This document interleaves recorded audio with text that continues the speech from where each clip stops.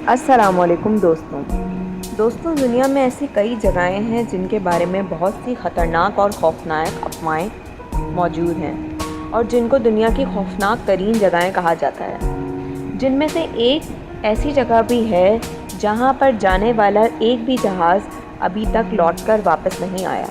वो जहाज़ कहाँ गया, उसके पैसेंजर्स कहाँ गए और उसमें सफ़र करने वाले लोगों के साथ क्या हादसा हुआ, आज तक दुनिया इस बात से अनजान है। जी हाँ, हम बात कर रहे हैं बरमूदा ट्रायंगल की, जिसको डेविल आइलैंड भी कहा जाता है।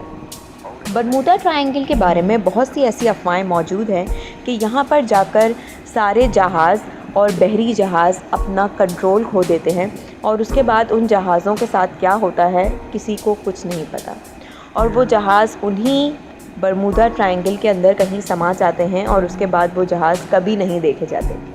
इसी तरह की एक कहानी जो कि रिसर्च की गई तो दुनिया वालों का दिल दहल गया। जी हाँ, ये बात है 4 नवंबर 1970 की, जब ब्रूस नामी एक पायलट ने अपने प्राइवेट प्लेन से मार्स के शहर एंट्रो से फ्लोरिडा की तरफ सफ़र किया। 1000 फीट की बुलंदी पर ब्रूस को एक बहुत बड़ा सा काला बादल नज़र आया। उस काले बादल को देखकर ब्रूस पहले तो परेशान हुआ, उसके बाद मौसमी तब्दीली के मुताबिक उसने सोचा कि शायद ये कुछ नॉर्मल ही है। उसके बाद 11,500 फीट की बुलंदी पर ब्रूस ने फिर से ऐसे ही एक क्लाउड को देखा, लेकिन इस बार इस क्लाउड की शक्ल कुछ अलग ही थी। जी हाँ दोस्तों, इस क्लाउड को ब्रूस ने देखा एक गुफा के सूरत में। ब्रूस को ऐसा लगा कि वो उसका जहाज़ एक गुफा के अंदर जाता जा रहा है और उस गुफा के अंदर इतना अंधेरा था कि ब्रूस अपने प्लेन पे से पूरी तरह से कंट्रोल खो चुका था। कंट्रोल टावर से भी उसका रास्ता ख़त्म हो गया। इसके बाद ब्रूस ने अपने प्लेन पर से पूरी तरह से कंट्रोल खो दिया। ब्रूस ने देखा कि आसमान की जानिब से कुछ ऐसी रोशनियाँ उसके ऊपर पड़ रही हैं जो कि जहाज़ को अपने पास अट्रैक्ट कर रही हैं, और ब्रूस का अपने जहाज़ पर से कंट्रोल खो गया। उसके बाद ब्रूस बहुत तेज़ी से ज़मीन की जानिब आने लगा। इसके बाद अचानक से उसका कंट्रोल अपने प्लेन पर दोबारा से आया।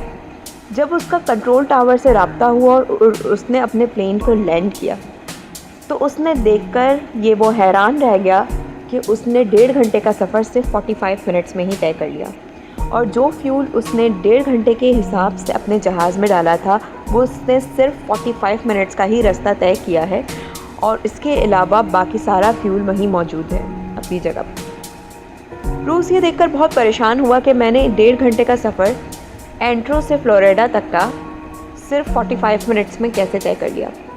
जब ब्रूस ने ये रिसर्च किया तो उसने देखा और उसको पता चला कि उस वक्त वो बरमूदा ट्रायंगल के ऊपर सफ़र कर रहा था। जी हाँ दोस्तों, बरमूदा ट्रायंगल एक ऐसा ट्रायंगल है जहाँ पर जहाज़ अपने कंट्रोल खो देते हैं।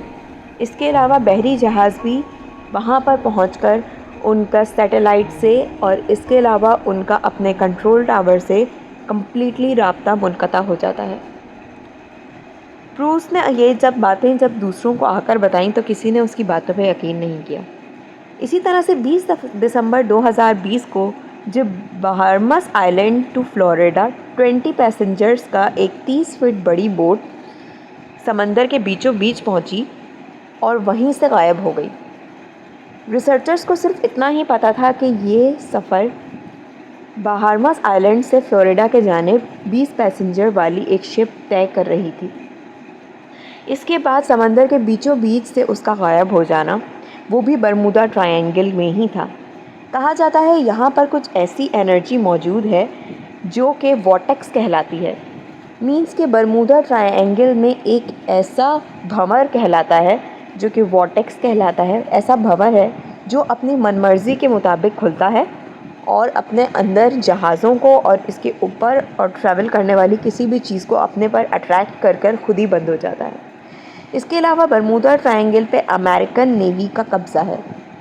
जब अमेरिकन पुलिस का, जो कि बरमूदा ट्रायंगल की हुदूदों में तैनात थी, उनसे पता किया गया कि यहाँ की क्या सिचुएशन और अपडेट्स रहती हैं, तो उन्होंने बताया कि उन्होंने कई दफ़ा यहाँ पर एलियंस को यानी कि स्पेसशिप्स को चढ़ते और उतरते देखा है। Bermuda triangle total 8 square metre पर मुश्तमिल है, जो कि फ्लोरिडा से बरमूदा और बरमूदा से पोर्टो रिको पर आकर ख़त्म होता है। यानी कि इस ट्रायंगल का टोटल जो एरिया है वो इतना है कि जितना कि पाकिस्तान और तुर्की का। बरमूदा ट्रायंगल के बारे में मज़ीद मालूमात के लिए नेक्स्ट वीडियो ज़रूर देखिएगा। वीडियो पसंद आई तो लाइक करें, सब्सक्राइब करें और कमेंट करें। ओके, बाय बाय, अल्लाह हाफ़िज़।